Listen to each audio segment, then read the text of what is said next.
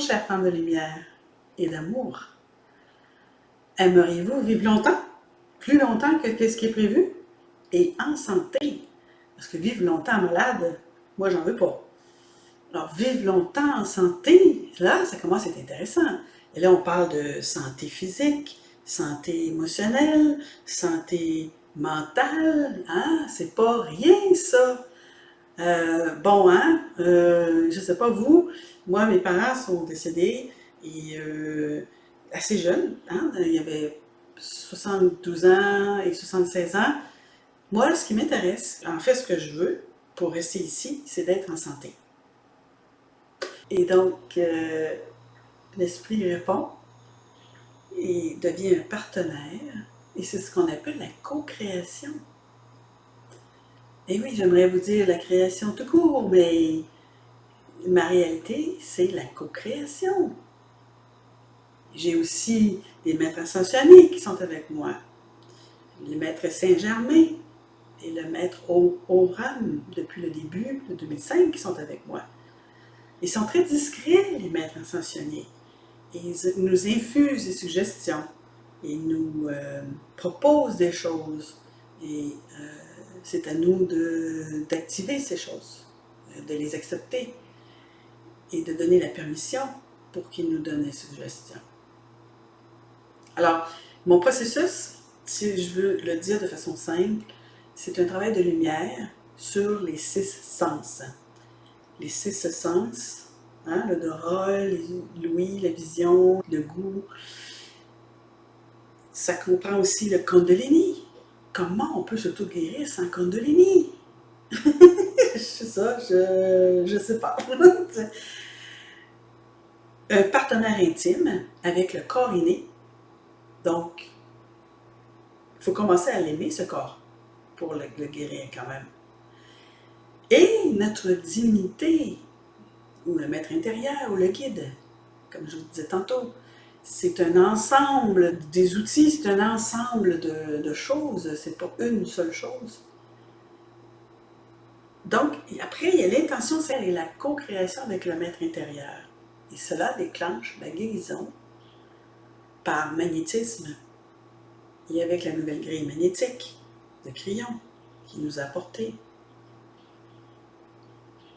Alors, j'ai retrouvé des mémoires de la Lémurie, des mémoires akashiques de la Lémurie, où j'ai eu des vies très longues. Et si j'ai eu des vies très longues, c'est parce que je pratiquais déjà ce genre d'auto-guérison, avec le temple de rajeunissement ou de régénération qu'il y avait sur la grande île à Lémurie. J'utilise donc ces mémoires. C'est un processus, ça demande de l'investissement de notre temps. Ça demande une certaine détermination aussi. Moi, ça m'est arrivé de flancher, hein, à un moment donné, je me dis, je suis fatiguée, et c'est OK. Et là, on rebondit, parce qu'on n'est pas toute seule, on est avec notre co-création, notre maître intérieur qui comprend ça et qui nous remet sur les rails, littéralement, et on continue. Vous êtes l'élément déclencheur de la magie de la guérison. C'est vous qui décidez si vous voulez le faire ou non. On ne va pas se le cacher, la plupart des humains, s'ils sont bien comme ils sont, ils ne vont pas embarquer dans un processus comme ça. Souvent, les humains attendent trop tard aussi, ils attendent d'avoir des maladies.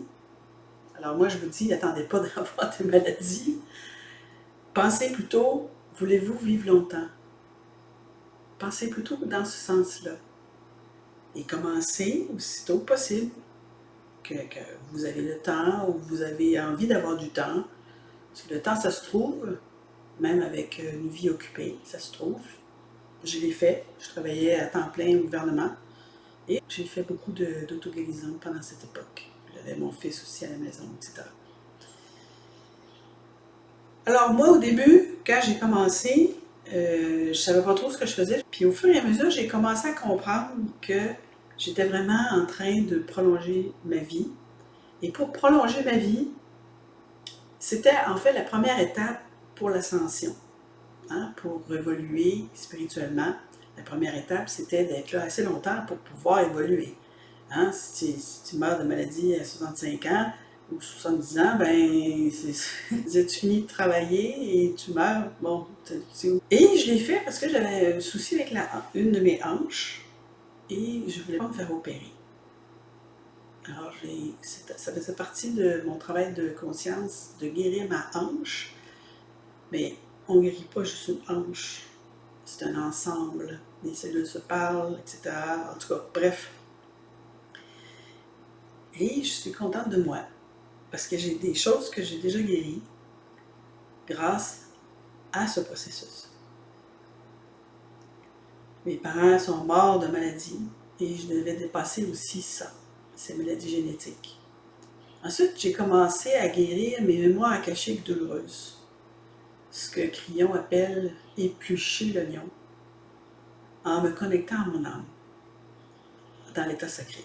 Dans l'état sacré, on est dans l'âme, et c'est dans l'âme que les choses se passent à ce niveau. Niveau multidimensionnel, niveau quantique, si vous voulez, mais au niveau de l'amour de la source pour la vie. Et c'est là que les guérisons profondes et durables se font. À la source, dans la conscience multidimensionnelle qui était stockée et qui est toujours stockée dans mon disque akashique. Ma relation avec ma divinité, elle fait plus que ça. La semaine dernière, dans une méditation, l'esprit me plaçait dans la conscience d'un nouveau-né. Et je ne m'attendais pas à ça. Et j'ai été régénérée à partir du modèle d'ADN d'origine, en étant dans cet état de nouveau-né. Un redémarrage de cellulaire. Depuis, je suis une étudiante assidue de mon maître intérieur. Alors, je ne suis pas arrivée du jour au lendemain à cette conscience de nouveau-né. Il y a eu des processus, ça a été progressif. L'esprit m'a amené doucement vers ça.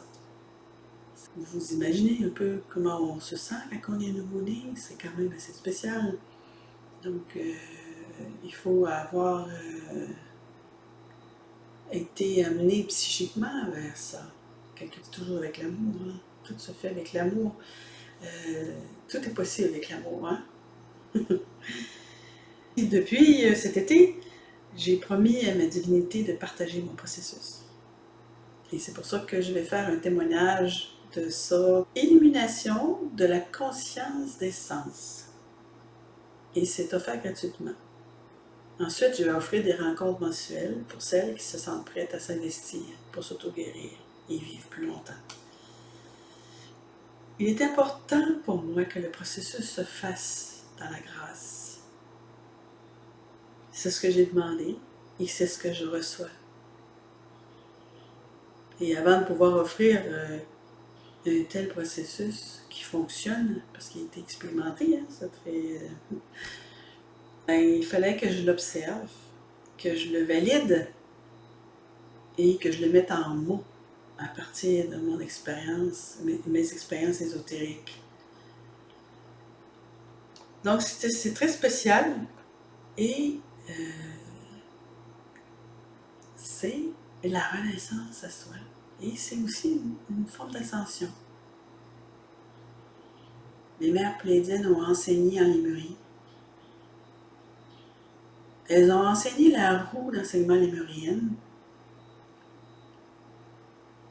Et nous savons que dans les 12 couches de l'ADN que Crillon a canalisées, il y a 3 couches lémuriennes.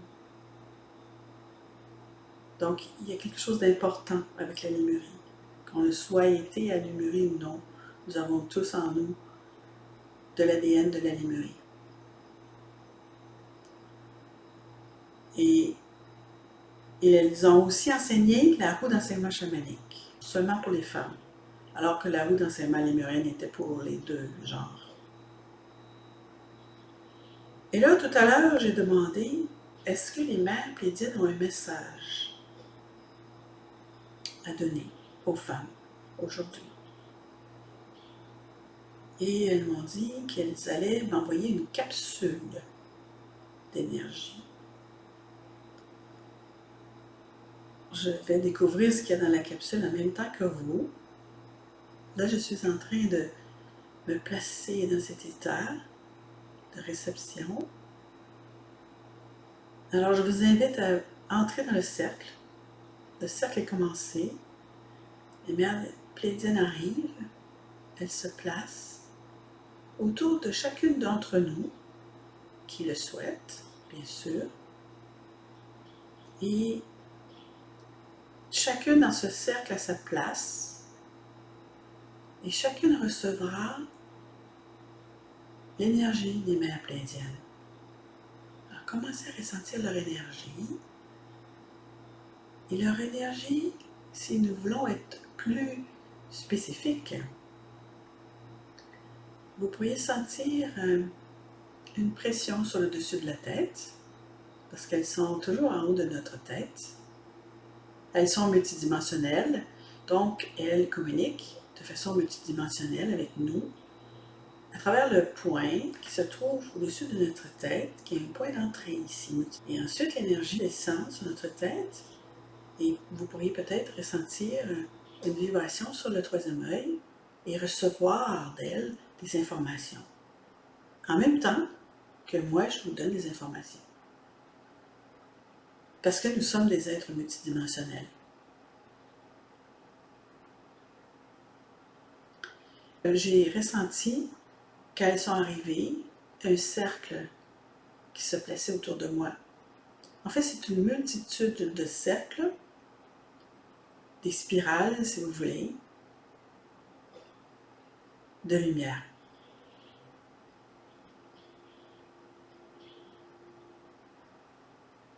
Et elles disent, respirez, chère femme, respirez. Chaque fois que vous respirez, vous renaissez à vous-même. N'est-ce pas ce que fait un nouveau-né? La première chose qu'il fait lorsqu'il naît, lorsqu'il sort de cet endroit chaud et protecteur, il respire un coup, son premier respire, et la vie entre en lui. Et l'enfant remplit ses poumons et commence un cycle de vie. Le processus que Nancy propose est très intéressant. Mais vous pourriez avoir votre propre processus aussi. Et vous pourriez commencer votre processus avec la respiration. En restant immobile, en respirant. Et qu'allez-vous respirer? Vous allez respirer de l'oxygène. De l'oxygène qui vient du végétal. Et ce faisant, vous êtes connecté à Gaïa. C'est la première connexion que vous avez avec Gaïa. De façon dynamique. Puisque dans le ventre de la mère, vous êtes toujours avec Gaïa. En fait, vous l'êtes depuis que l'âme est venue et qu'elle est descendue, qu'elle a choisi cette femme pour être sa mère, et ce père qui a donné sa semence. Tout a été choisi par l'âme. L'âme a un plan. Un plan élevé et beau qui permet à l'être humain d'évoluer spirituellement, de faire les choses qui viennent de son cœur la plupart du temps de façon inconsciente, et parfois de façon consciente.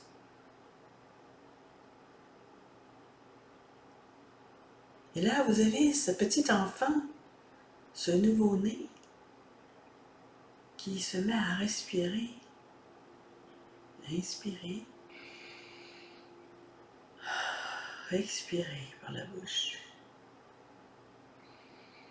Inspirez, expirez par la bouche.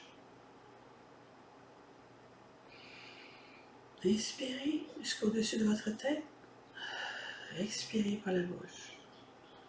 Et nous aimons le chiffre 3, parce que c'est le triangle de naissance, c'est le catalyseur de la chimie de la Terre, le 3, chiffre mystérieux, qu'il semble qu'il en est de beaucoup à dire sur ce chiffre, nous disons, mais ce sera pour un autre message. Nous voulons continuer avec la respiration du nouveau-né et nous aimerions ajouter que dans la respiration du nouveau-né se trouvent des atomes, bien sûr. Et oui, vous respirez de la lumière en petite dose. Chère femme, en petite dose, mais vous le respirez quand même.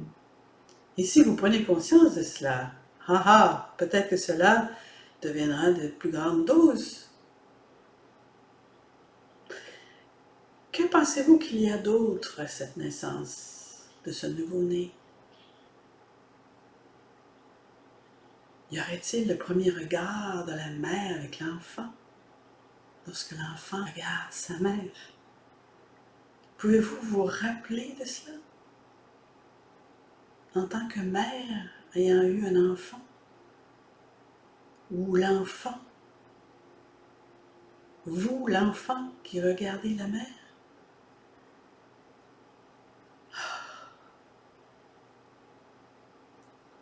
Il y a quoi entre la mère et l'enfant dans ce regard?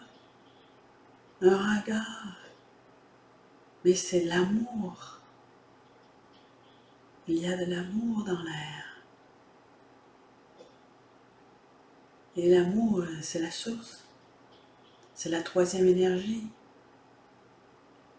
C'est un triangle, mes chers consoeurs. C'est un triangle.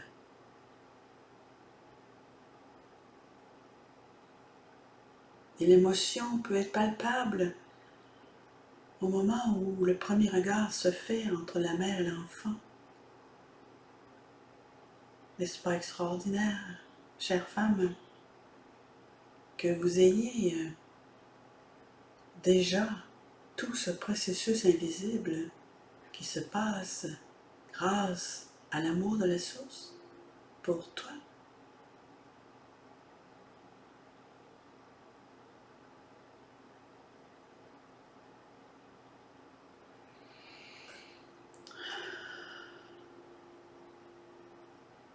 La naissance est sacrée.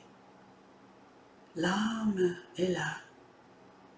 Elle est toute là avec le nouveau-né. L'âme n'est pas humaine seulement.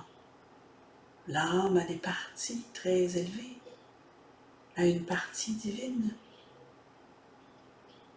Et l'âme enveloppe cet enfant comme il t'enveloppe depuis ta naissance. L'âme est immense, un sujet en soi. Mais cette âme enveloppe l'enfant. Et l'énergie est là, invisible, autour de l'enfant. Et de cette énergie de l'âme, le caractère de l'enfant sera. Et c'est pour ça que certains nouveau-nés ont déjà des personnalités. Les vieilles âmes naissent avec des personnalités.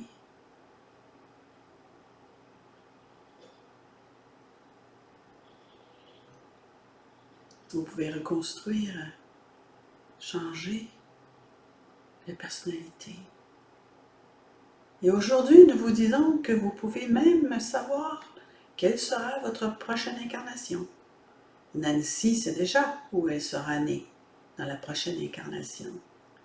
Parce que les vieilles âmes de la terre se parlent et se préparent toujours dans un grand plan de la vie où ils naîtront et qui sera avec qui, il fera quoi.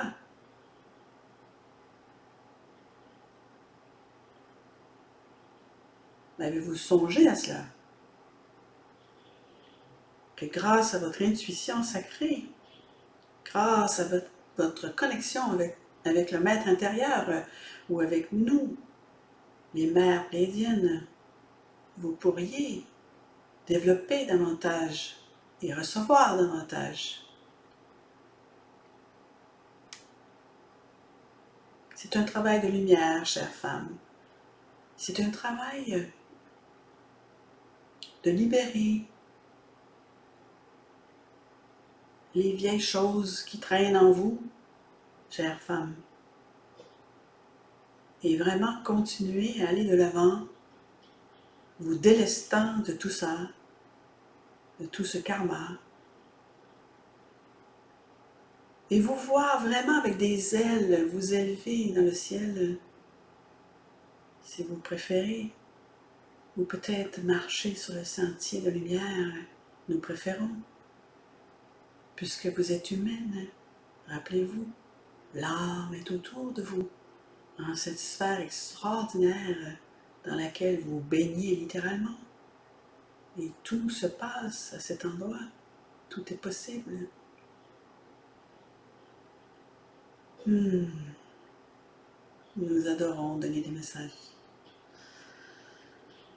Alors respirez, chère femme, parce que cela termine notre message d'aujourd'hui.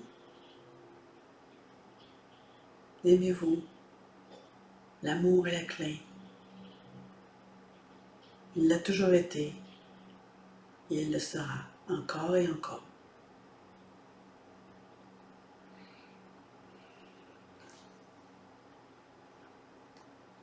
Merci, chère Mère des Étoiles, Mère Pléiadienne, d'être là pour nous, de nous ramener dans les plus belles parties de nous, d'élever notre conscience, de nous guider et de nous envelopper de votre amour et de votre protection. Je suis Nancy Côté et je vous dis à la prochaine.